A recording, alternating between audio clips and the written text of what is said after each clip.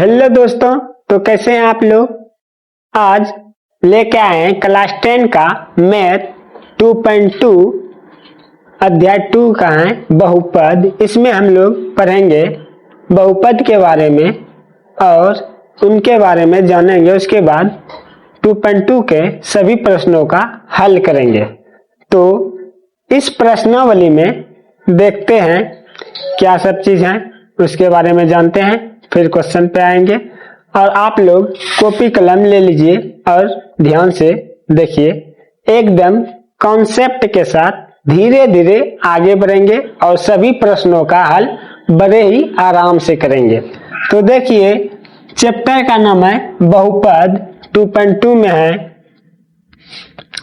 सबसे पहले पढ़ेंगे चर राशि, उसके बाद वो चर राशि, उसके बाद बहुपद, उसके कुछ उदाहरणों के बारे में समझेंगे। उसके बाद बहुपद को कितने भागों में बांटा गया है और किस किस आधार पे, उसके बारे में जानेंगे। तो आइए देखते हैं, चर राशियां किसे कहते हैं। क्या बोला है? चर राशियां किसे कहते हैं? तो वे राशियां जिनके मान अनिश्चित होते हैं चर राशि कहलाते हैं। मतलब क्या? वैसे राशि जिनका मान निश्चित होता है, निश्चित नहीं होता है, अनिश्चित होता है, वे राशि चर राशि कहलाते हैं। जैसे A B C D X Y Z, ये सभी क्या है? चर राशियां हैं, क्योंकि ये चलते रहता है, इसका मान अस्थिर नहीं रहता है। आप सवाल जब बनाते होंगे, किसी में x का मान 5 आएगा, किसी में 7 आएगा, इसी तरह से अलग अलग आता है। इसी को हम बोलते हैं चर राशियां। मतलब अल्फाबेट के जितने लेटर हैं उसको क्या बोलते हैं? चर राशियां। अब देखिए, अगला है ओचर राशियां। ओचर से आप क्या समझते हैं? जो चलता नहीं है, अस्थिर रहता है, तो उसी को बोलते हैं ओचर। ओचर राशियां किसे कहते हैं? वे राशियां जिनके मान निश्चित होते हैं ओचर राशि कहलाते हैं। मतलब जिसका मान निश्चित है, जैसे कि 1 है तो उसका मान हमेशा 1 ही रहेगा। अगर किसी का मान मान लीजिए 5 है, 5 एक संख्या है, अब उसका मान हमेशा क्या रहेगा? 5 ही रहेगा। चाहे आप 8 में पढ़िए, 7 में पढ़िए, किसी भी क्लास में 5 को क्या पढ़ेंगे? 5 ही पढ़ेंगे। तो यही बोलते हैं ओचर राशियां किसे कहते हैं? तो गिनती की संख्या में जितने भी होते हैं 1 2 3 4 5 डॉट डॉट, मतलब चलते रहेगा, कितनों चला जाए उसका मान हमेशा निश्चित रहेगा। जैसे कि देखिए, हम क्या लिखे यहाँ पे, लिखते हैं 40, तो इसका मान क्या? 40। ये पूछेगा चर राशि है या ओचर राशि है, तो इसका मान क्या होगा? ये ओचर राशि है।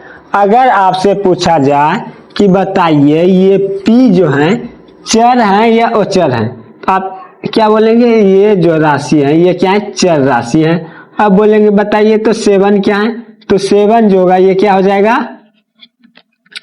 ओचर, क्योंकि इसका मान बदलता नहीं है और P का मान हमेशा बदलते रहता है। तो जो बदल गया उसको क्या बोलेंगे? चर राशि। जो नहीं बदलता उसको क्या बोलेंगे? ओचर राशि। अब आते हैं आगे देखिए क्या है? बहुपद। अब ये बहुपद क्या आता है, इसको ध्यान से देखिएगा। एक चर वाले ऐसे बीजीय व्यंजक, क्या बोला है? बहुपद में एक चर वाले ऐसे बीजीय व्यंजक जिनके चर की घात धनात्मक, चर की घात क्या बोला है? धनात्मक और पूर्णांक हो, 2 कंडीशन दिया है। एक चर वाले ऐसे बीजीय व्यंजक जिनके चर की घात क्या बोला है? चर की घात धनात्मक और पूर्णांक हो, बहुपद कहलाता है। क्लियर? अब देखिए, जैसे 4x में हम क्या देख रहे हैं? ये 4 जो है 4, ये क्या है? ओचर है। क्या है? ओचर। और ये x जो आपका ये क्या है? चर है। x क्या है? चर है। इस पे नहीं कुछ, तो पावर कितना है? 1 का, और ये पावर क्या है? धनात्मक है। 1 पावर है तो क्या है? धनात्मक है, और पूर्णांक भी है, दोनों है, तो ये क्या हो गया? बहुपद। अब अगला देखिए, 5y² + 4, ये बताइए तो क्या बहुपद है? तो बोलेंगे हाँ। अब क्यों? क्योंकि इसमें देख रहे हैं 5 और चर पद हैं और y जो है चर है और चर पे घात 2 का है। चर पे घात कितना का है?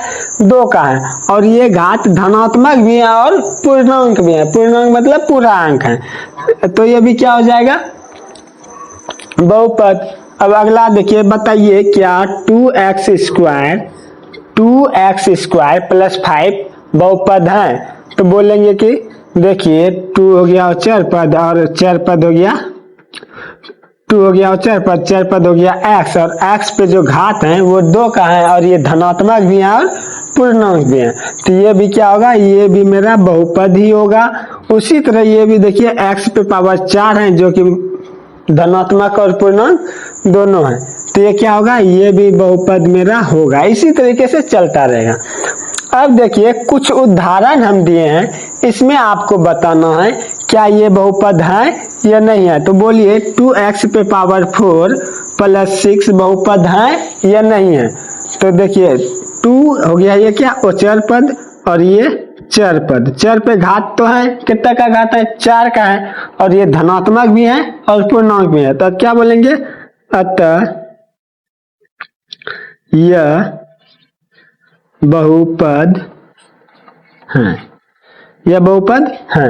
अब देखते हैं इसमें रूट अंदर x प्लस 5, क्या ये बहुपद है? सबसे पहले तो ये आ गया रूट के अंदर में, मतलब इसमें कितना पावर है? x पे पावर 1/2 इतना हो जाएगा प्लस 5। ये इस रूप में आएगा। तो क्या ये बहुपद है? क्या बोला है बहुपद होने के लिए? चर की घात धनात्मक और पूर्णांक। चर की घात तो चर पे तो घात है, धनात्मक भी है। क्या ये पूरा अंक है? तो बोलेंगे कि नहीं है, क्योंकि 1/2 मतलब आधा घात है। जैसे ही आधा घात होगा तो क्या बोलेंगे? अतः यह बहुपद नहीं है। क्या होगा? यह बहुपद जो है क्या है? नहीं है। अब अगला क्वेश्चन देखिए, x पे पावर 5 प्लस √7, बताइए क्या ये बहुपद है? हाँ या ना? तो बोलेंगे बहुपद होने के लिए शर्त की बोले थे कि चर की घात धनात्मक होना चाहिए और पूर्णांक होना चाहिए। तो इसमें बताइए तो चर क्या है? तो चर इसमें x है। x पे घात कितना है? 5 का घात है। तो चर पे तो घात आ गया। क्या ये धनात्मक है? तो देख रहे हैं प्लस में है तो धनात्मक भी है। क्या ये पूर्णांक है? तो देख रहे हैं ये पूरी 5 है तो पूर्णांक भी है। तो क्या होगा? यह बहुपद होगा। तो क्या बोलेंगे इसका? अतः यह बहुपद है। क्योंकि हमको इससे √7 से कोई मतलब नहीं है। √7 से हमको कुछ भी लेना देना नहीं है। ये अचर पद है और ये चर हमको बोला है सिर्फ चर वाले पे ध्यान देने के लिए।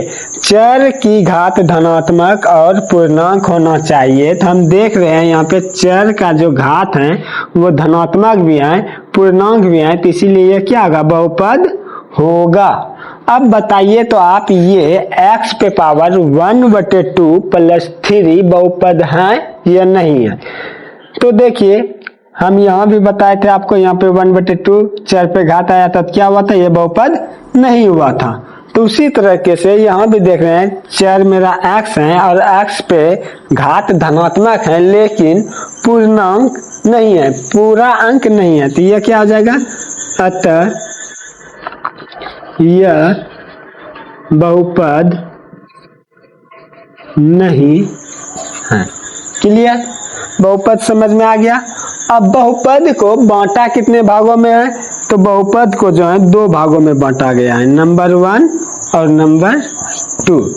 2 भागों में बांटा गया है। पहला बांटा गया है घातों के आधार पर और दूसरा पदों के आधार पर।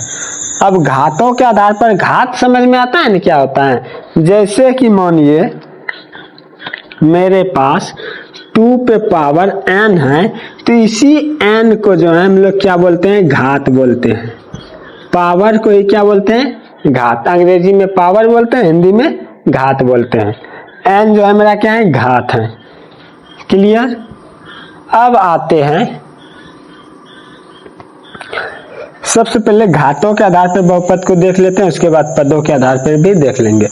घातों के आधार पर क्या होता है, जैसे कि देखिए x 5x है, नहीं कुछ तो इस पे घात कितना का है, 1 का घात है, कितना का है, 1 का। तो 1 का घात जिस भी समीकरण में रहेगा उसे क्या बोलेंगे, रैखिक समीकरण। तो देखिए यहाँ 5x है, तो ये 1 घात है, इसको क्या बोलेंगे, रेखीय बहुपद। क्या बोलेंगे, 1 घात वाले को रेखीय बहुपद। और दूसरा देखिए क्या है, 5x² + 7 है, इस पे कितना का पावर है, 2 का, तो इसको क्या बोलेंगे, द्विघातीय बहुपद। घात कितना है, 2 है, 2 घात रहेगा द्विघातीय, 1 घात रहेगा तो रेखीय। अगर यदि 3 घात रहेगा, इस पे देखिए कितना का घात है, 3 का घात है, इसको क्या बोलेंगे, त्रिघातीय। 1 घात वाले को क्या बोलेंगे, रेखीय, 2 घात वाले को क्या बोलेंगे, द्विघातीय, 3 घात वाले को क्या बोलेंगे, त्रिघातीय। अब आते हैं पदों के आधार पर। हम इसमें देख रहे हैं क्या गो पद हैं, तो 2x एक ही पद है, तो एक पद है तो इसको बोलेंगे एक पदीय बहुपद। अगर यदि इस पे 2 पद रहता है, जैसे यहाँ देखिए 3x + 5 कितना पद है, 2 पद है, तो इसको क्या बोलेंगे, द्विपदीय बहुपद। अगर यदि 3 पद रहता, जैसे यहाँ पे देखिए 4x² + 4x + 5 है, कितना पद है, 3 पद है, तो इसको क्या बोलेंगे, त्रिपदीय बहुपद। एक पद वाले को एक पदीय बहुपद, जिसमें 2 पद रहेगा उसे क्या बोलेंगे, द्विपदीय बहुपद, और जिसमें 3 पद रहेगा उसको क्या बोलेंगे, त्रिपदीय बहुपद। तो बहुपद समझ में आ गया आपको, उदाहरण भी दिखा दिए, बहुपद किसे कहते हैं समझ में आ गया, चर राशि क्या आता है ये भी देख लिए, और चर क्या आता है ये भी देख लिए। अब आते हैं कुछ और हैं जो दो तीन गो सूत्र हैं, उस पे आते हैं, उसको करने के बाद फिर प्रश्नावली पे आते हैं, सभी क्वेश्चन को आराम से करेंगे। आप इसका स्क्रीनशॉट ले लीजिए। चलिए आगे स्टार्ट करते हैं। आगे देखते हैं शून्यक। ये शून्यक क्या होता है उसके बारे में जानते हैं, क्योंकि इसमें जो सवाल हैं शून्यक पे ही आधारित हैं, शून्यक ही मेन चीज है।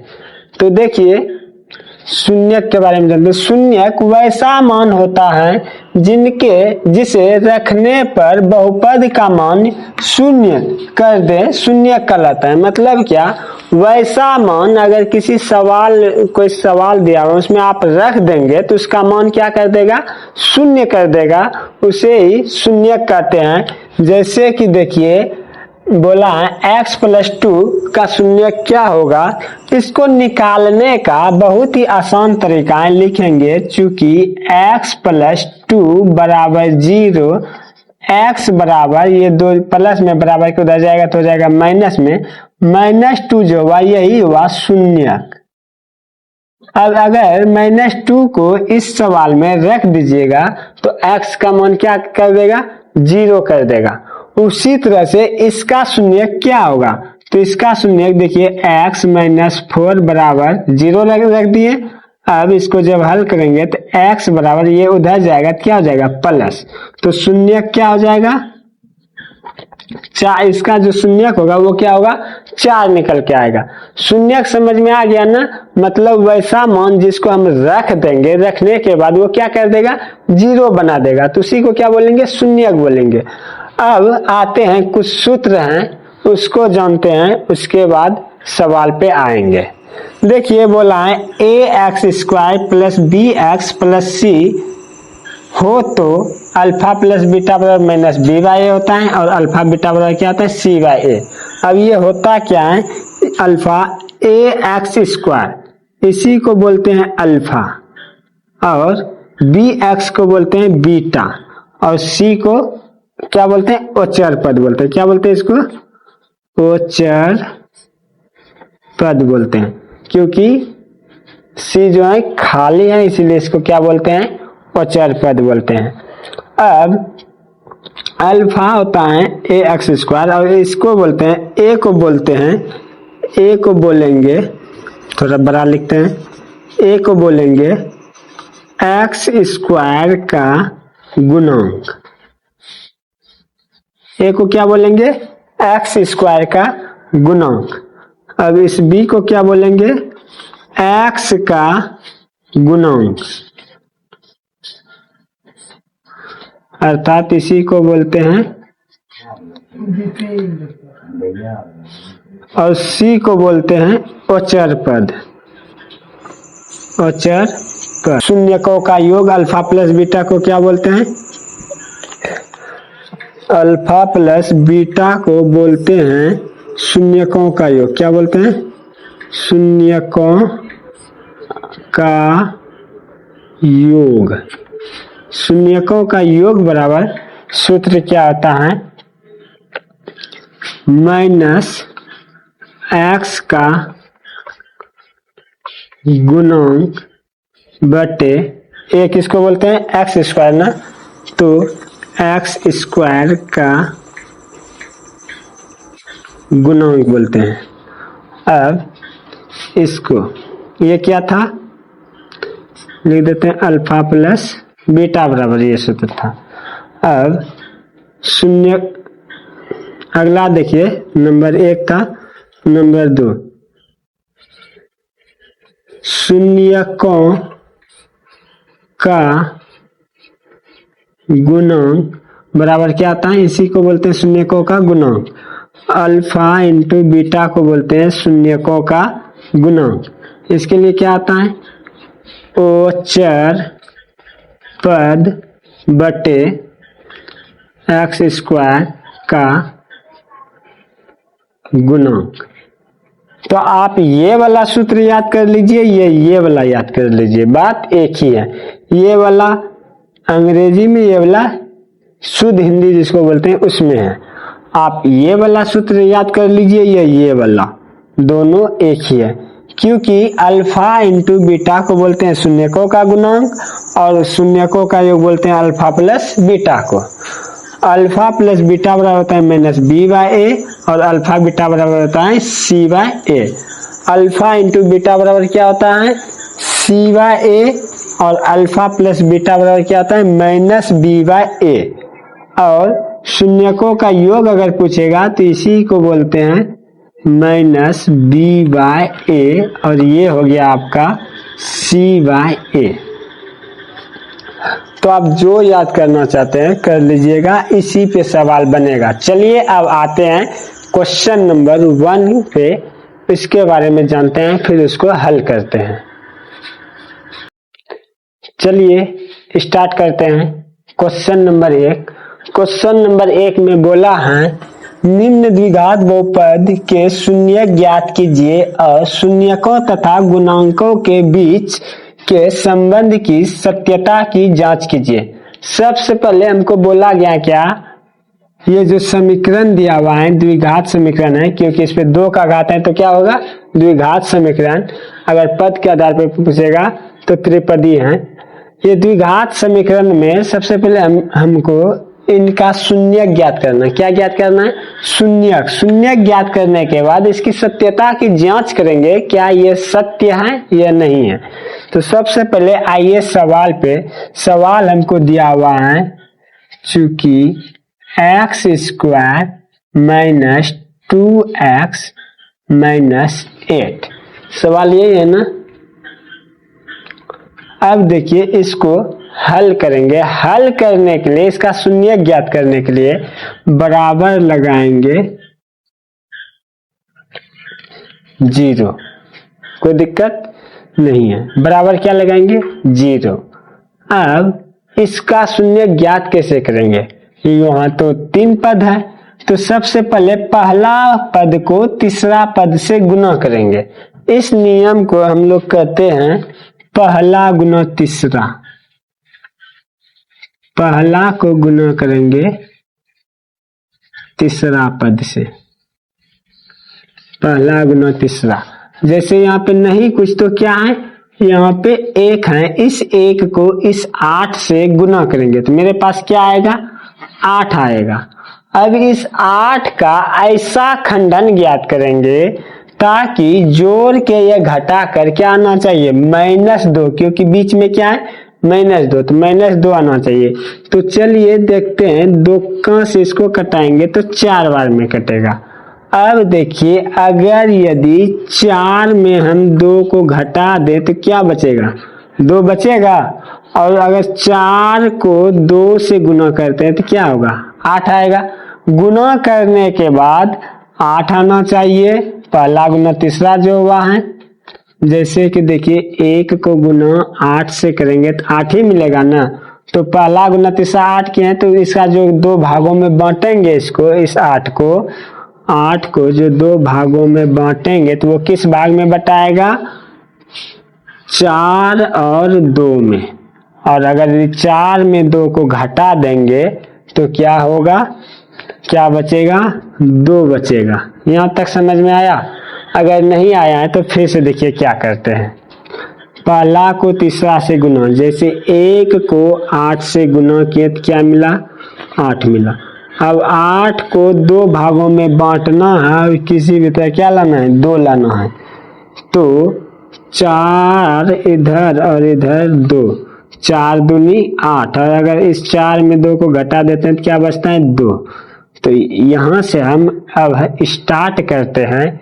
ध्यान से देखिए, ये एक्स स्क्वायर अब आना चाहिए क्या, माइनस में। तो क्या यहाँ माइनस में आ रहा है, नहीं। तो यहाँ माइनस, यहाँ अगर प्लस लगा दे तब आ जाएगा माइनस।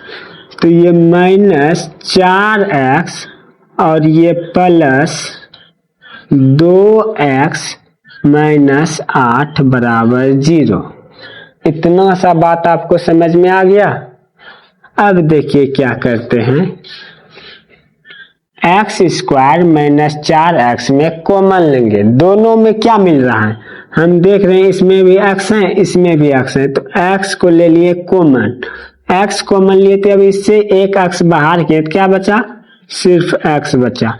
इससे x को बाहर कर दें बचेगा क्या, -4। अब देखिए इन दोनों में कुछ मिल रहा है, तो 2 देख रहे हैं, इसमें भी है इसमें भी है, प्लस है तो प्लस 2 को कर दिए बाहर, बचा के यहाँ पे सिर्फ x, ये माइनस है तो माइनस, इससे 2 अगर 2 से इसमें भाग देंगे क्या बार में कटेगा, 4 बार में। तो ये हो गया 4 बराबर 0। हमेशा देखिएगा जब इतना सा काम कीजिएगा तो ये घर और ये घर आपस में बराबर होगा, समान होगा। अगर आपका ये घर समान आ रहा है तो मतलब आप सवाल सही बना रहे हैं। अगर यदि दोनों घर में कुछ अंतर हो गया तो आपका सवाल समझ लीजिए गलत हो रहा है। अब देखिए क्या करेंगे, इन दोनों घर में से किसी एक को लिखना है और बाहर वाले को a। जैसे कि देखिए x प्लस 2 क्या किए, बाहर वाले को एक घर में लिख दिए। अब इन दोनों घर में से किसी एक घर को उतार दे, क्योंकि दोनों घर एक ही हैं, बराबर 0। अब लिखेंगे चूंकि x प्लस 2 बराबर 0 तो x बराबर -2, और इधर x माइनस 4 बराबर 0 तो x बराबर 4। तो लिखेंगे अतः बहुपद के शून्यक बराबर -2 और 4। बहुपद का शून्य क्या आया, -2 और 4 आया है। लेकिन हमको बोला गया है इसकी सत्यता का जांच करने के लिए, तो जांच करने के लिए हमको थोड़ा सा और आगे जाना पड़ेगा। आइए अब जांच पे आते हैं। जांच, अल्फा प्लस बीटा बराबर क्या होता है, अल्फा प्लस बीटा बराबर क्या होता है, तो उसके लिए होता है -b/a। ये सूत्र आपको लिखाए थे, और ये अल्फा प्लस बीटा को बोलते हैं शून्यकों का योग। तो अल्फा का मान जो आया है वो क्या आया है,